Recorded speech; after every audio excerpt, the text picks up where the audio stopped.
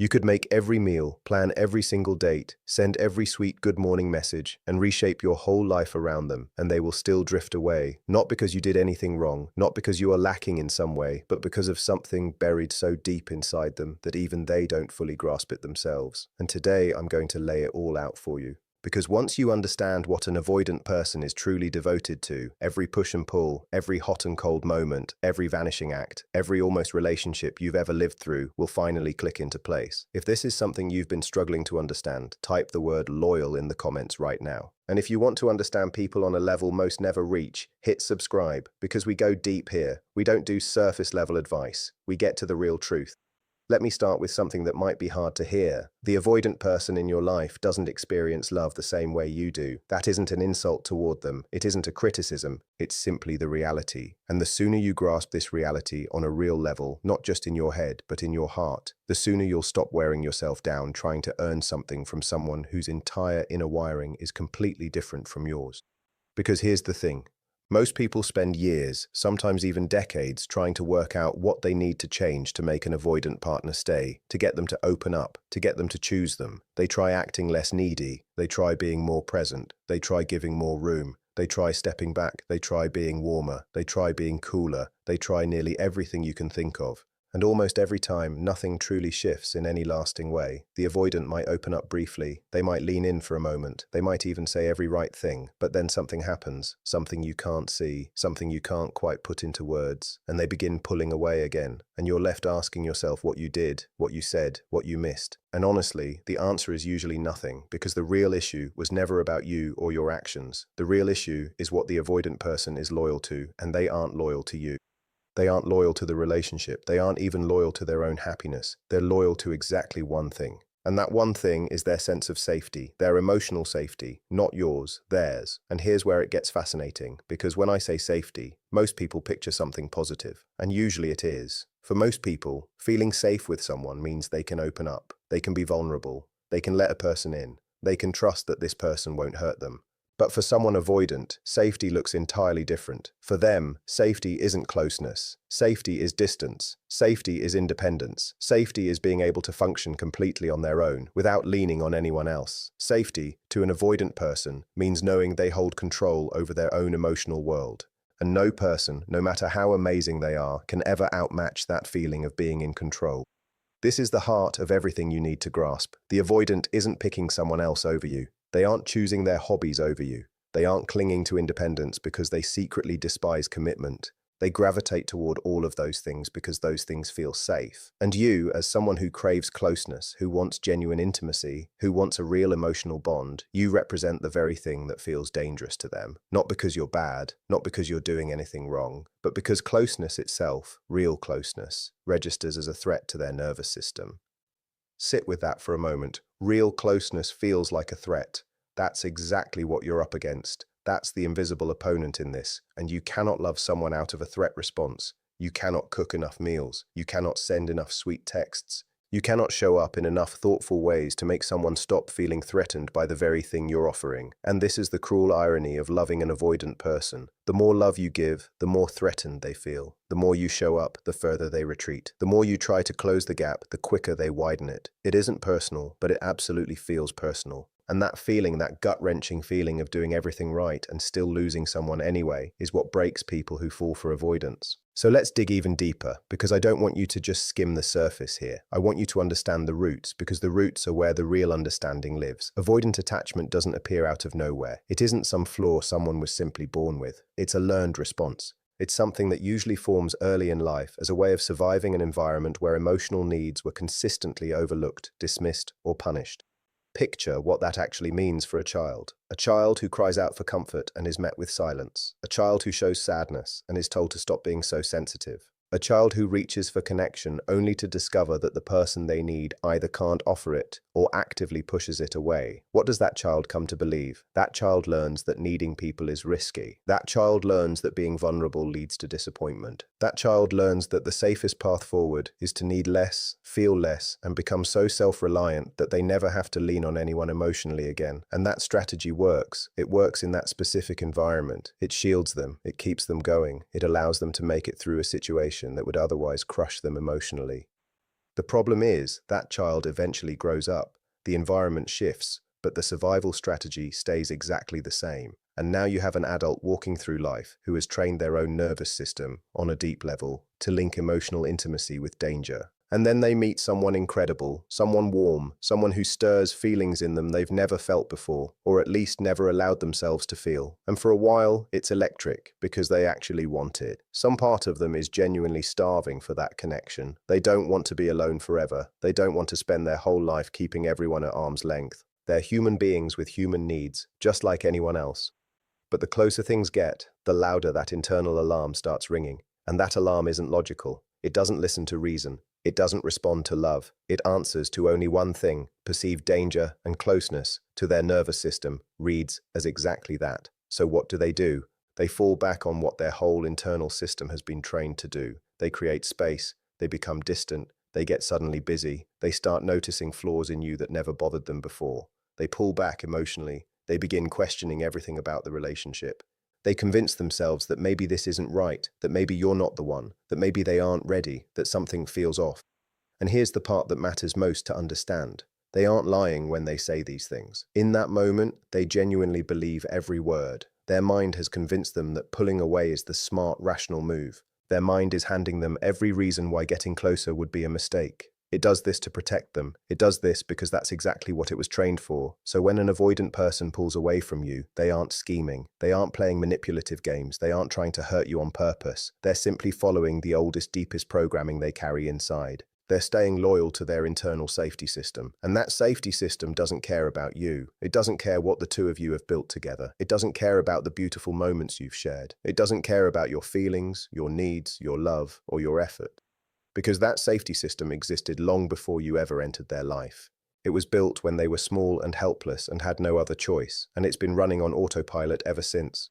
Now here's where people make their biggest mistake, and I really want you to hear this, because this mistake costs people years of their lives. When people learn about avoidant attachment, they often turn that knowledge into an excuse to keep trying harder. They think, okay, now I understand them. Now I know why they act this way. So I need to be more patient. I need to be more understanding. I need to give them more room. I need to love them better. I need to stick it out long enough for them to finally feel safe. And sometimes that can feel noble. It can feel like the compassionate thing to do. But I want you to question that.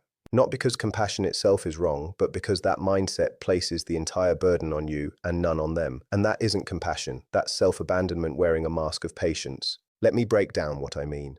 An avoidant person can absolutely grow and change. People with avoidant attachment styles aren't hopeless or beyond repair. They aren't permanently incapable of love, connection, or healthy relationships. But they can only grow if they're actually doing the work. Real work, not simply the work of putting up with your presence.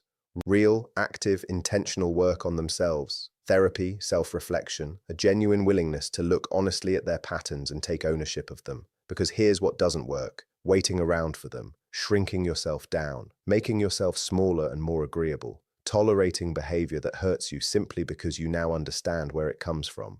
Understanding someone's pain doesn't mean you're obligated to absorb it. Understanding the roots of someone's unavailability doesn't mean you have to accept that unavailability. Those are two completely separate things, and so many people blend them together. They believe that because they now understand the avoidance wounds, they're the one meant to heal those wounds simply by staying, no matter how they're treated along the way. But here's the honest truth. You cannot heal someone else's attachment wounds on their behalf. You cannot love someone into feeling secure. Love alone isn't enough to override a nervous system that has spent decades being conditioned to link intimacy with danger. What actually creates change in an avoidant person isn't a more patient partner. What creates change is the avoidant deciding for themselves that they want to change, and then putting in the real, hard work of change, with professional support and steady effort over an actual stretch of time, not because someone stuck around long enough waiting for them to arrive there. Now let's talk about something nobody really wants to bring up, the push and pull cycle. Because if you've ever been with an avoidant, you know exactly what this feels like, and it's one of the most psychologically addictive patterns in human relationships. Here's how it plays out. The avoidant pulls back. You feel the absence of their warmth and closeness. You start to panic. You reach out. You give more. You try harder. And then one of two things happens. Either they stay quiet and you spiral further into anxiety, or they come back. They warm up again. And the instant they return, it feels amazing, because the relief of having them close again, right after fearing you'd lose them, creates a massive emotional high. Your brain files that reunion moment as deeply rewarding, almost like a drug hit, and then they pull away again, and the cycle starts over. And here's the thing. Over time, this cycle trains you to become more and more fixated on them, because your nervous system is now stuck in a constant state of waiting for that next hit of connection. Every tiny gesture starts to feel massive. Every text they send feels like a gift. Every warm moment feels like a win. And without even noticing it, your entire life has become organized around them. Your mood depends on their mood. Your self-worth depends on how they respond. Your whole day gets shaped by whether or not they reached out. Meanwhile, they're getting exactly what their system craves: closeness whenever they want it, distance whenever they want it, full control over the emotional temperature of the relationship at all times. And you're allowing it, not because you're weak, not because you're foolish, but because this cycle is genuinely addictive. It literally lights up the same reward pathways in your brain that substance addiction does. The unpredictability, the on and off reinforcement, the highs and the lows, it functions, not by design, but in effect, to keep you hooked. And the only real way out is to see it clearly, name it for what it is, and refuse to keep playing along. And that is one of the hardest things a person can do while they're stuck deep inside this dynamic.